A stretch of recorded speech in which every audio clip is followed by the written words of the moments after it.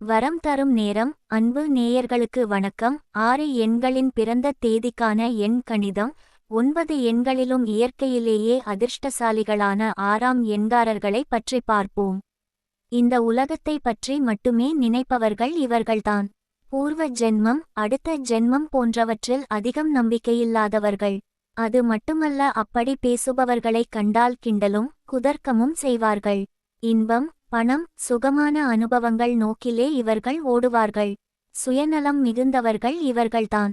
இயல், இசை, நாடகம் ஆகிய முத்தமிழில் மிகவும் ஈடுபாடு உடையவர்கள். நீடித்த இளமை இவர்களது வரப்பிரசாதமாகும். மன்மதர்களின் மைந்தர்கள் இவர்களே. புத்திரபாக்கியம் நிறைந்தவர்கள் இவர்கள்தான். அதிலும் பெண் குழந்தைகள் இவர்களுக்கு அதிகம் உண்டு. பண விஷயத்தில் இவர்களே மிகவும் அதிர்ஷ்டமானவர்கள். இவர்களே குபேரனின் மைந்தர்கள். எவர் மூலமாவது எப்படியாவது இவர்களுக்கு சமயத்திற்கு ஏற்ப பணம் வந்து கொண்டே இருக்கும். சாப்பிடுவதிலும் சிற்றின்பத்திலும் பணத்தை நிறைய செலவு செய்வார்கள்.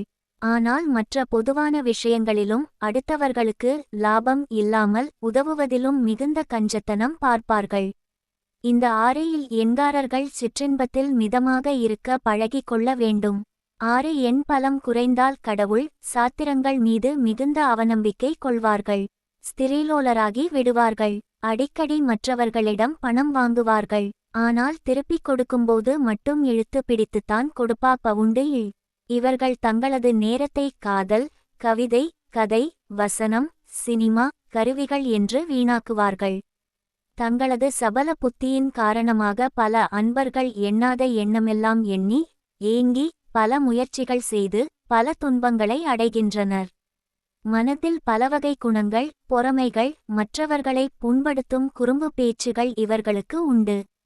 ஆனால் எவராவது இவர்களுடைய துயரங்களையும் துன்பங்களையும் பற்றி பேசினால் இவர்களுக்கு அந்த இடத்தில் இருக்க பிடிக்காது.